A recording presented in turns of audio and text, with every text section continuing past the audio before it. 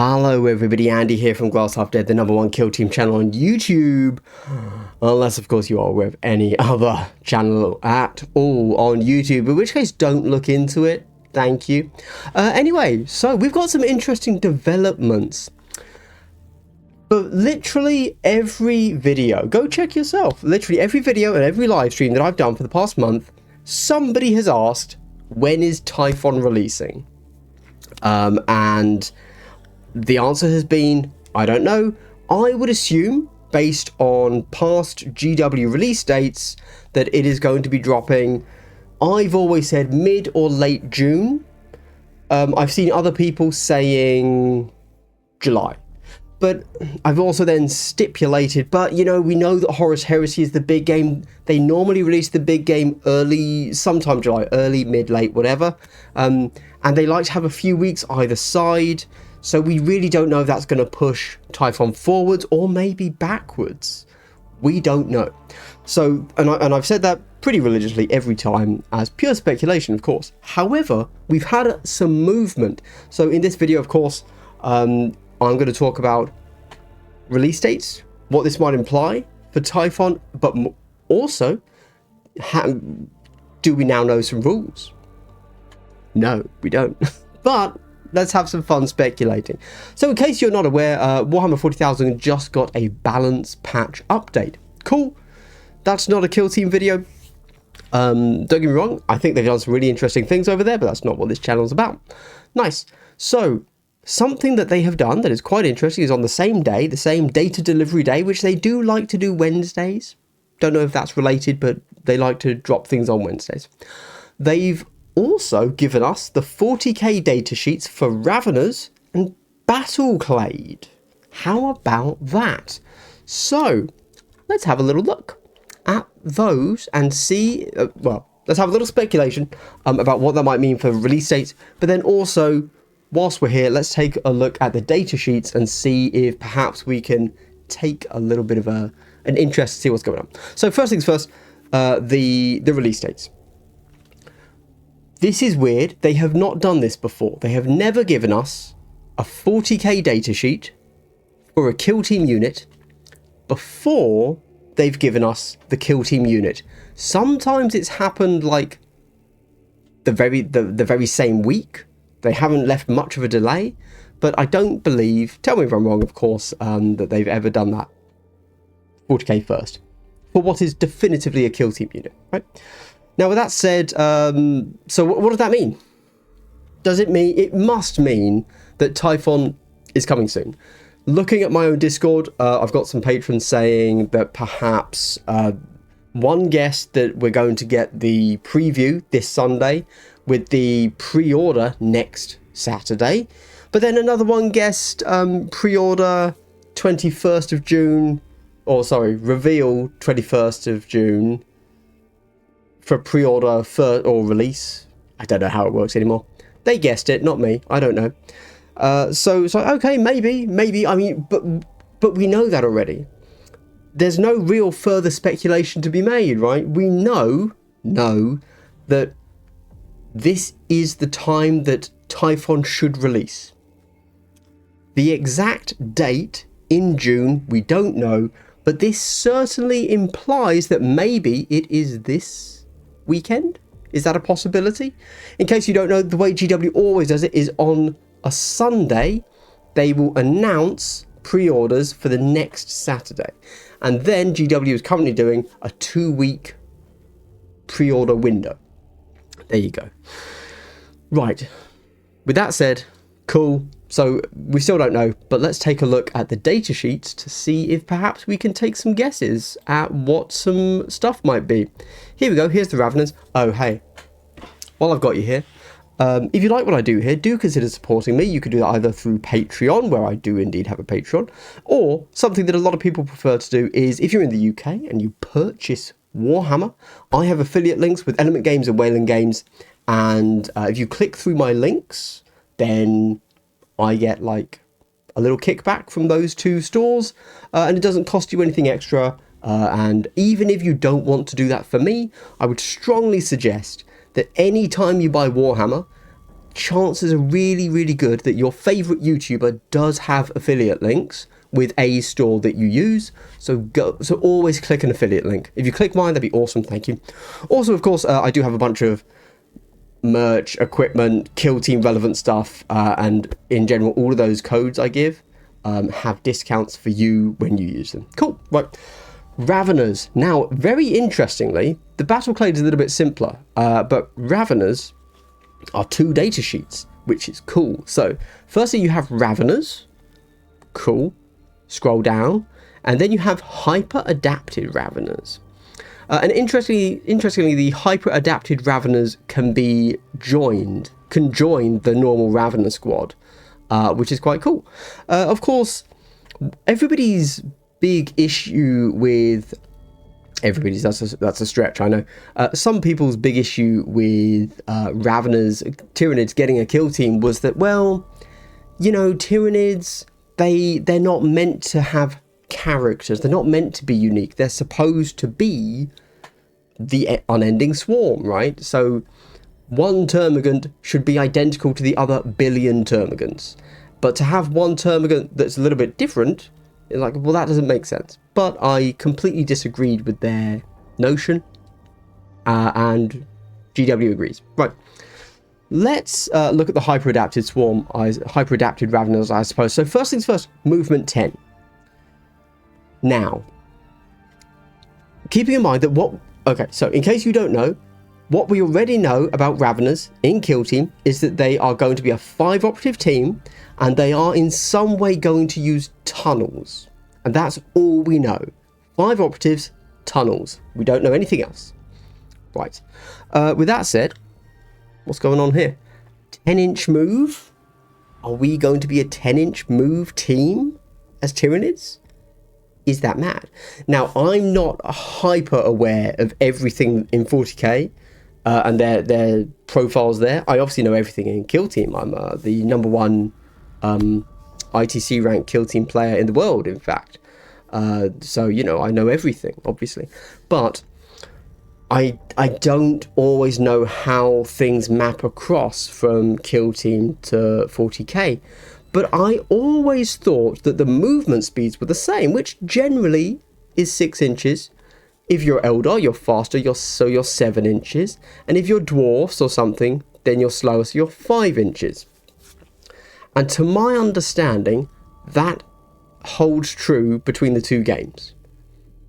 So, are we getting a 10-inch move team? Are we getting a team that can therefore charge 12 inches?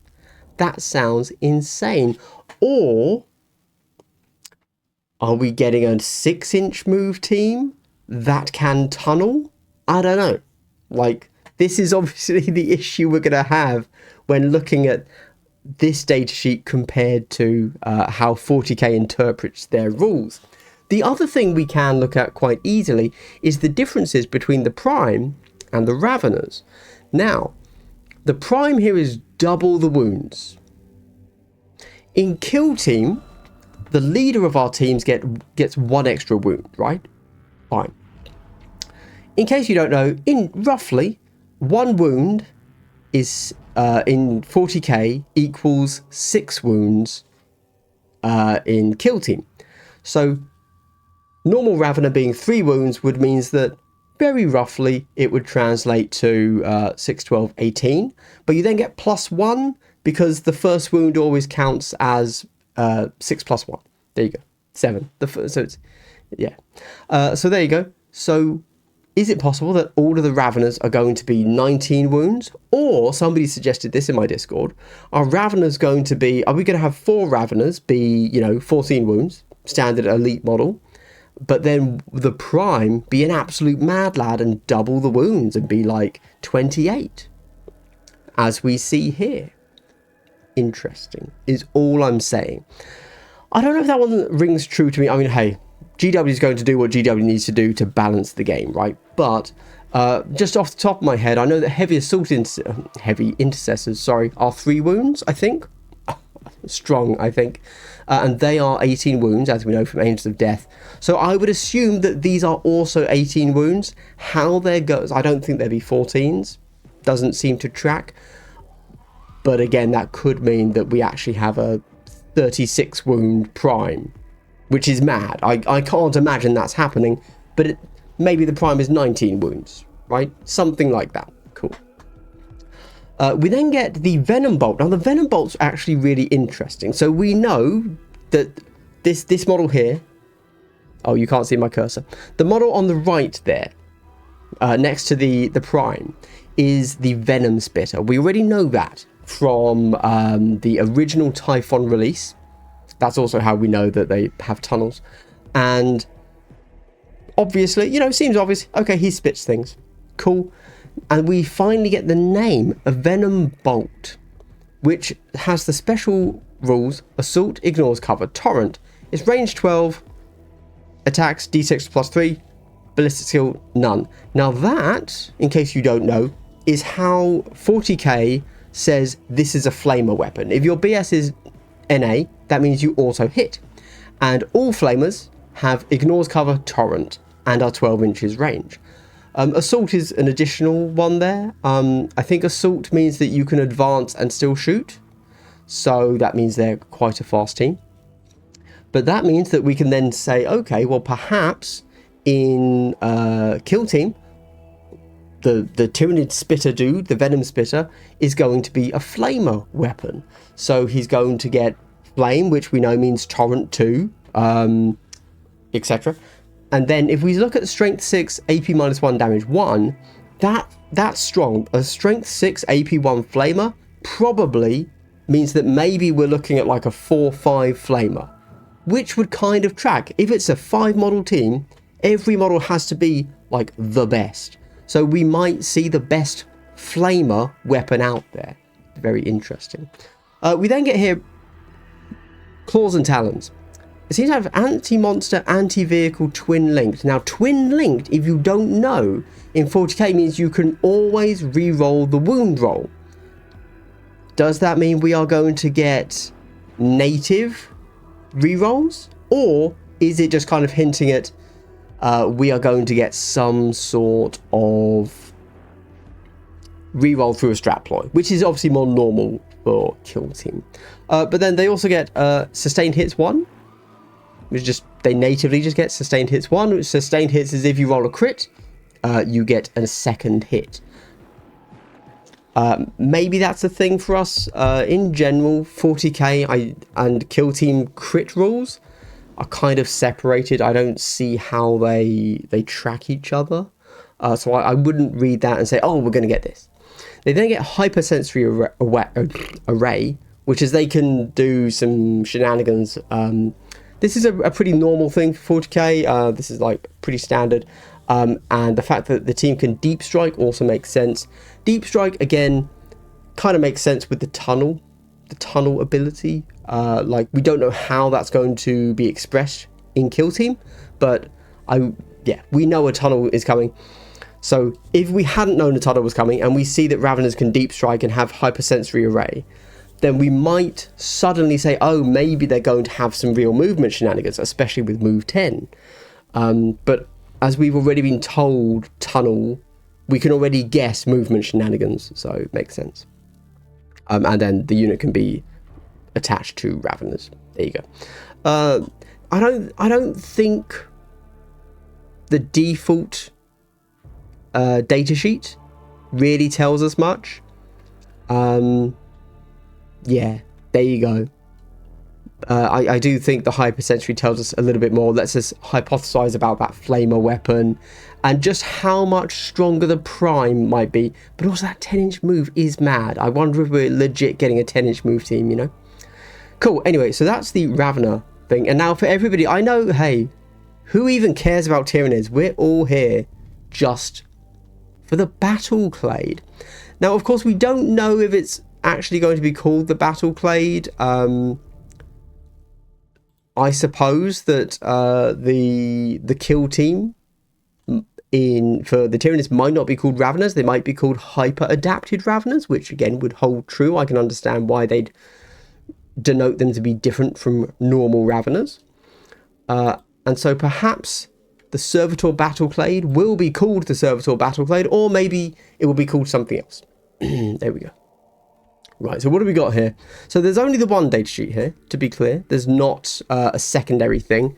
So, oh, and we should also say, in case you don't know, this is a 9-model team, the Servitor Battleclade. And that's because the 10th model, your presumably leader, is the Techno-Archaeologist. In case you don't know, for the Adeptus Mechanicus, that model already exists. There you go. It is already a datasheet and a model that you can buy for the Adeptus Mechanicus. It seems like a little bit lame of G-dubs, but they're just throwing it into this box, and it's going to be the leader for your Servitor Battleclade. And with that said, we don't then get it on the 40k data card. Instead, it's still its own thing, and I would hope that perhaps, what does it say? If a character unit from your army with the leader ability can be attached to Cataphrone Breacher's unit, it can be attached to this unit instead. Okay, so we can therefore assume that we could attach the Techno-Archaeologist to this team. There you go. But also, interestingly, you could attach the other Tech Priests. Does that mean that we're going to get the Battleclade, which comes with the Techno-Archaeologist, but similar to Necrons and the Hierotech Circle, we're going to be able to swap in the other Tech Priests? If Hierotech Circle didn't exist, I would never have guessed that as a possibility. But is it possible that the leader gets swapped out and we're going to be playing a game where, oh, like the Techno-Archaeologist gives us movement shenanigans, but the Dominus gives us range damage shenanigans, and the Manipulus gives us like aura control range shenanigans, something like that? Interesting. Anyway, we then get the Underseer. Of course, we already knew that name from the Typhon thing, I assume. I don't remember it, but I assume we do. And then we get the Combat Servitors and Gun Servitors. Right, and then we get a bunch of stuff. Again, now the interesting things to pick out here is we already know a heavy arc rifle, heavy bolter exist. Cool. Then we have some new weapons. Incendiing Igniter, that's the Flamer. Now note here, if you think back to the Raveners, their Flamer was Strength 6, AP 1, Damage 1. This Flamer is Strength 3, AP 0. So we have to assume then that this Flamer weapon is going to be a 3/3, hits on 2s, 4 dice, right? Like, it's not going to be a good Flamer. Fine. We then get the Phosphor Blaster. Now, this is an interesting one. So it's basically a really bad bolter. Ignores cover, though, and rapid fire 1. So maybe this will be a 5 dice weapon with that rapid fire. I don't know. You know, I'm just kind of trying to guess how this will express itself in Kill Team. But we also see they're all hitting on 4s. And let me tell you this, chaps, chapesses and chapai, I strongly dislike teams that hit on 4s. It's just me. I don't like teams that hit on 4s. Is what it is. Moving on. If this is a team that hits on 4s, lame. Cool. And then we get some other stuff. So they have Network Override. While this unit contains one or more Tech Priest models, which it will, of course, they are eligible to perform an action in a turn in which it advanced, eligible to shoot in a turn in which it started an action. Now, we know from the Typhon preview that this is going to be a team where you get to play around with AP in some form. We don't know what yet, of course. This could just be similar to how we know Raveners are going to get movement shenanigans, and that means in 40k they get deep strike and whatever, uppy downy stuff. This could just be their version of whatever APL shenanigans they get in Kill Team, but in 40k, and so we don't need to read too much into it. There you go. Anyway, alright, if you can't tell, I have no idea what we're going to get for Battleclade, so I'm just going to stop guessing. Good stuff. Cool. Well, thank you for watching. You made it to the end here, and you know, again, do consider checking out my links for all that sweet Kill Team and bizarre, funny in-joke merch that I've made. Cool. I will see you on Monday's live stream. Have a good one.